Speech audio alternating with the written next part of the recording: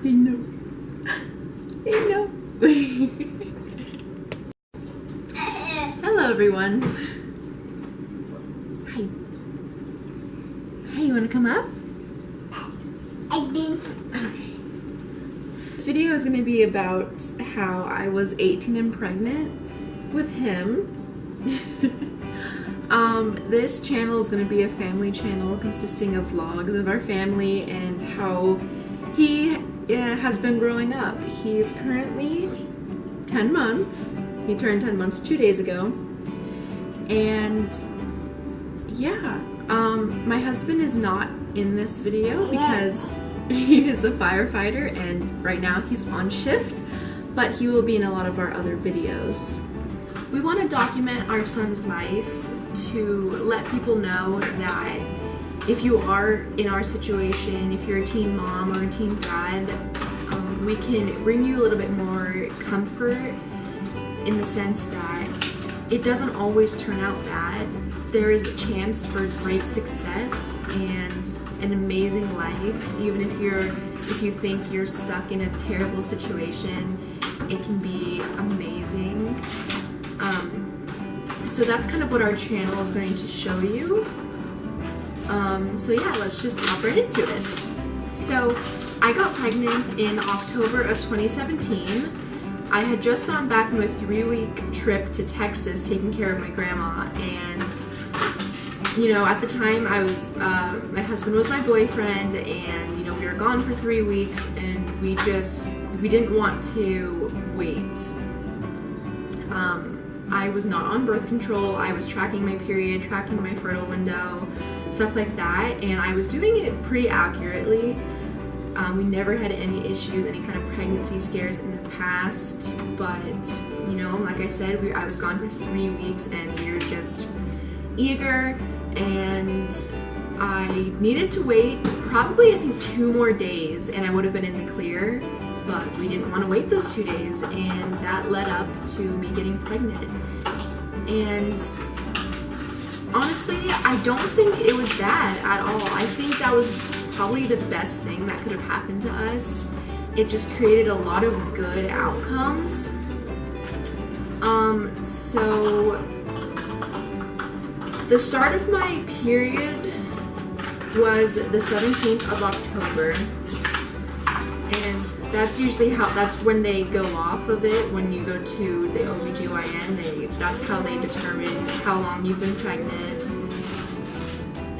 And my period was never regular. Honestly, it was all over the place. It'd be at the beginning of the month, and then next month it'd be in the middle, and then it'd be in the end, and like, so I never really had a like consistent period. So I was shocked, you know, when it was a few days late. It was always either on time or like up to 5 days late, but it was the 6th day at this point, and I still hadn't gotten it, and I just knew I was pregnant. I think I knew before then too. I had a feeling, even though I didn't have any symptoms, I just kind of knew that I was pregnant. So I got a pregnancy test. It was positive, and it freaked Brandon out so bad. I've never seen him react that way, and it was honestly kind of terrifying just because of how badly he reacted.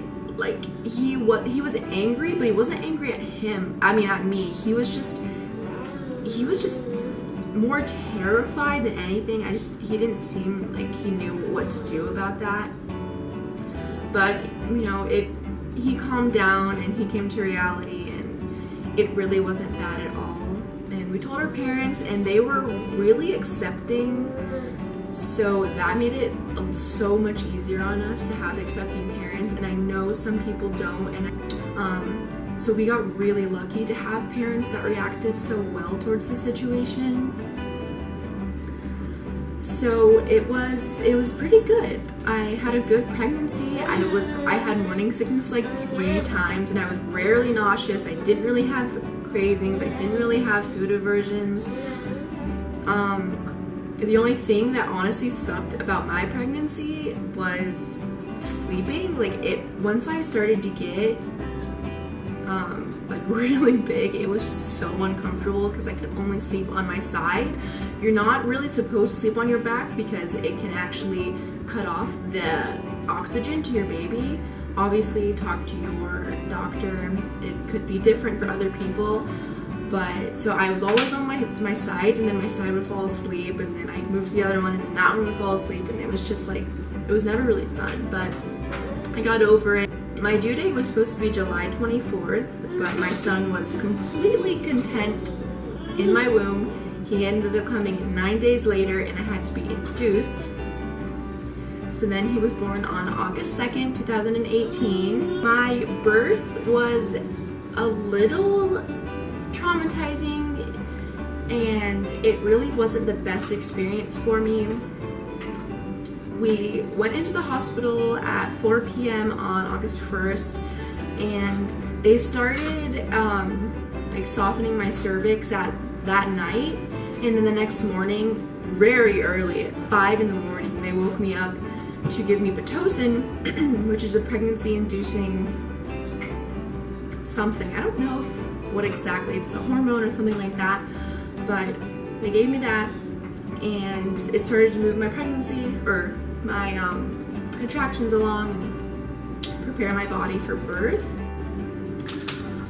I was able to handle the pain of the contractions for a while, but I think once I started hitting the transition phase, which is basically the second of the 3 phases, I just couldn't do it anymore, so I got an epidural, and that was terrible. I did not like getting that at all. Before they can actually give you the epidural, they have to give you numbing shots all around the area that the needle's going to go in, and for some reason they just hurt me so badly. And I don't have a fear of needles. I'm completely fine with shots, but this was just terrible. It hurt so bad. And then the epidural itself, I don't even remember hurting. The numbing shots were way worse. But after that, it was nice to not feel the pain of them. I could still feel all the pressure of the baby coming closer and closer to the opening, and I knew I don't think they told me I was 10 centimeters yet, but I just kind of knew. I was ready to push. I just had the feeling like, yes, I need to push, and he needs to be here.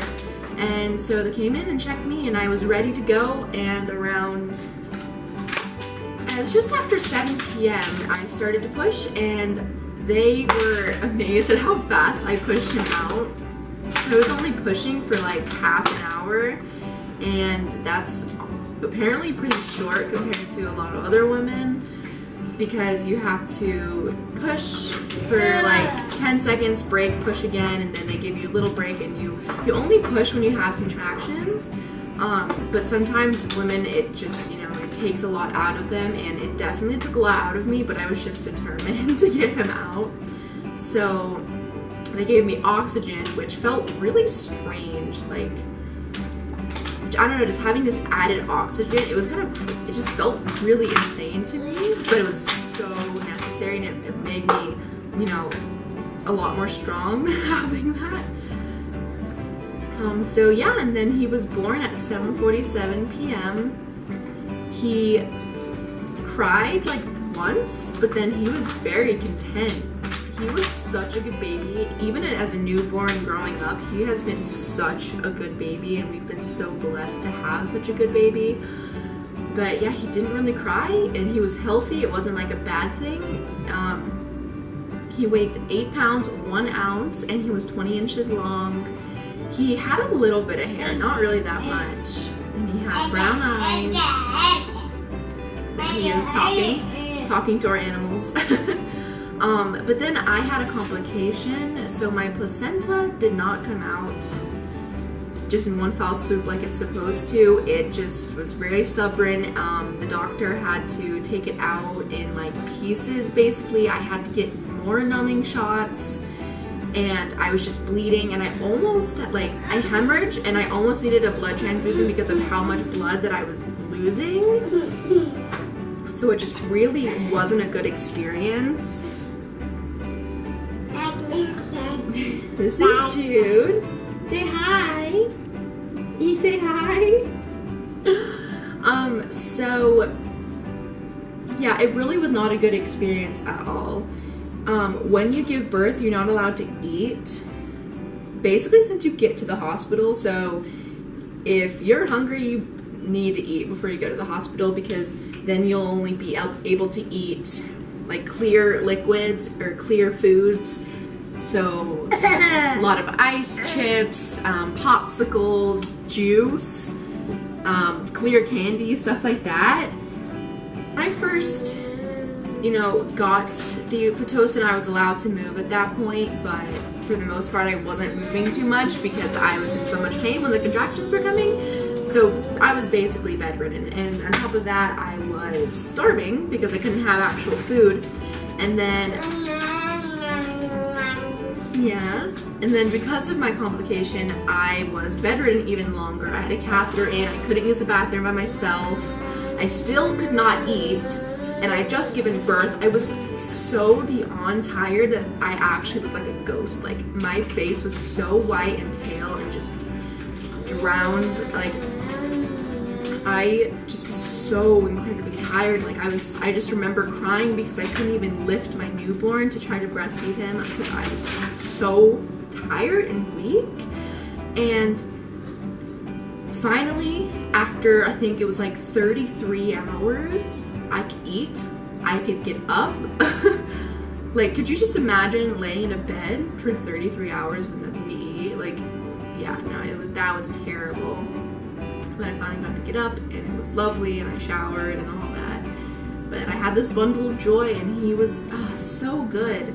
I just remember the second night there was real, like, that was probably the worst night ever since he was born, because he cluster fed the entire night that I didn't sleep a single minute. He was up the entire night. So I was dead. But I mean, that's what you get. Forward, we got home 3 days later. My husband and I had to stay an extra day because he actually wasn't urinating enough. And they were worried. They didn't want that to be a complication. So after 2 days, I was no longer a patient, and now our son was the patient. So then we got to leave on August 5th, which is actually my husband and I's birthday. So we had the same birthday, just he's a year older. And went home and we celebrated, and it was really nice to be home and experience that. Like, it feels a little bit more real once you're not at the hospital anymore. Excuse me, can mommy talk?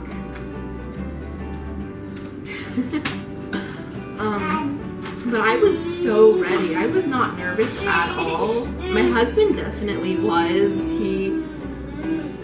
From the start, he was. Brandon started the fire academy. When was it? September? In September, and okay, so I guess it was only 1 month. But he started that. He was there for 8 weeks. So I was home alone with the baby for 5 days a week, which honestly it wasn't too bad. It could have been a lot worse, and for like the reason, it was a good reason, And then he graduated in December, and he got a job pretty instantly. He got an interview the day he graduated from someone from a very good department in Charleston, and a month after that we moved. We moved to our apartment that we live in right now. It's our first apartment. We got so lucky with this place. We got approved for it in literally 2 days because we had to move ASAP because he was starting a bedroom apartment, and it's been really lovely. I think having your own place when you have a baby it's so much nicer versus living in like your parents' house, because you feel like sometimes you can feel like they're crowding around you, or they always want to be with the baby, and it's just, we moved and it was just like a weight lifted. I felt like we could really be adults, though we're like just adults. And it was just really nice. And now we have a 5-month-old puppy and a 2-month-old kitten as well, and everyone gets along amazing. And it's been a really great 10 months with him. So yeah, that was the end of this video. Be sure to subscribe and like this video and comment if you would like, and I will see you in our next one. Bye.